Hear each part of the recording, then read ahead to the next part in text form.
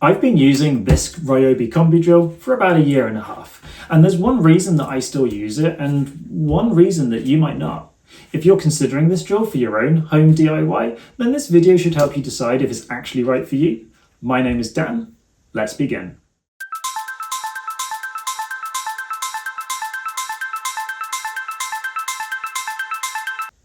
So this is the Ryobi One Plus 18 volt combi drill, and I've used it regularly for everyday home DIY jobs like putting up shelves, building flat pack furniture, home repairs, just general work around the house and the garden. Now I'm not a tradesperson, okay, this is real, just everyday normal DIY use. The term combi drill is often misunderstood, and it actually just means that the drill has 3 different functions built into one tool, okay? You can drill into wood and metal, drive screws, and it also has a hammer mode for light masonry like brick. And you move between those 3 modes with this little lever on top. Just push it sideways to align with the symbol of whatever mode it is that you need, okay? Now it is fine in hammer mode for light masonry, okay, putting up a shelf, but it's definitely not a replacement for a proper SDS drill and, other heavy duty hammer work, okay? Now, the switch here behind that is the 2-speed gearbox. You just push it forwards and backwards, okay? Speed 1 is slower, gives you more control. It's ideal for driving screws or working with tougher materials.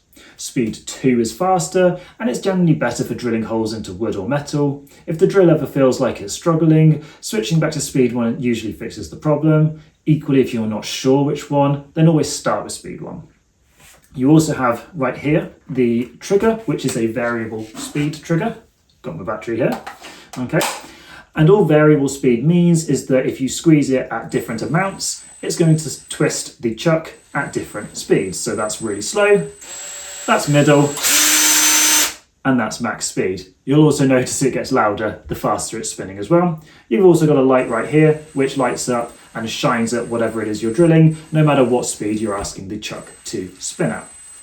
Okay, now, as I say, about 18 months I've actually been using this, and in that time frame, it's been incredibly reliable.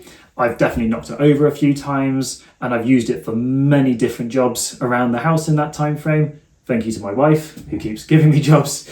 But it's generally had a really equal, flawless performance in absolutely everything that it's done, and I've never had any issues with it as yet. So generally speaking, I've been really impressed with it.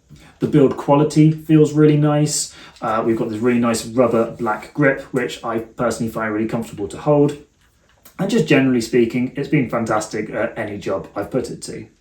As I said, the one person I wouldn't recommend this for is a tradesperson who's going to be looking to get regular or heavy duty use out of it, but certainly as a drill for around the house, somebody who's perhaps a bit newer to DIY, this is an absolutely perfect choice in my opinion. I've been really pleased with mine, and hopefully this video is going to help you out. So thanks for watching. Thank you so much for making it to the end of my video here on YouTube. Hopefully you stuck with me to the end because you found it informative and had some good information in it, in which case please leave it a like so other people know that it's helpful and informative. And if you really liked it, consider subscribing using the button down below. Any questions, please leave them in the comments. I respond to as many as I can. And until we speak again, have a great day.